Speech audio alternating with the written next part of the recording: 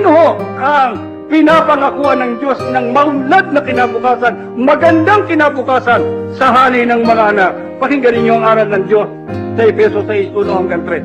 Mga anak, sundin ninyo ang inyong magulang alang-alang sa Panginoon, sapagkat ito ang nararapat. Tuloy. Igalang mo ang iyong ama at ina.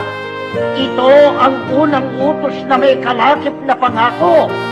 Ganito ang pangako. Ano? Ikaw ay giginhawa Kita nyo? at lalawig ang iyong buhay rito sa lupa. Sino ang pinapangakuan ng Diyos ng magandang hinaharap, kaginhawaan at paglawig ng kanyang buhay? Siguro hindi napapansin ng iba ito. Pero sa Biblia, ito unang utos na may pangako. Unang utos na may pangako. Sa makatwid, ang lahat ng utos ng Diyos, may kalakip na pangako. Pero ang kauna-unahan na nilakipan niya ng pangako, ang utos, igalang mo ang iyong ama at ang iyong ina. Sundin mo ang iyong magulang kapag kang ipinatutupad sa iyo ay alang-alang sa Panginoon.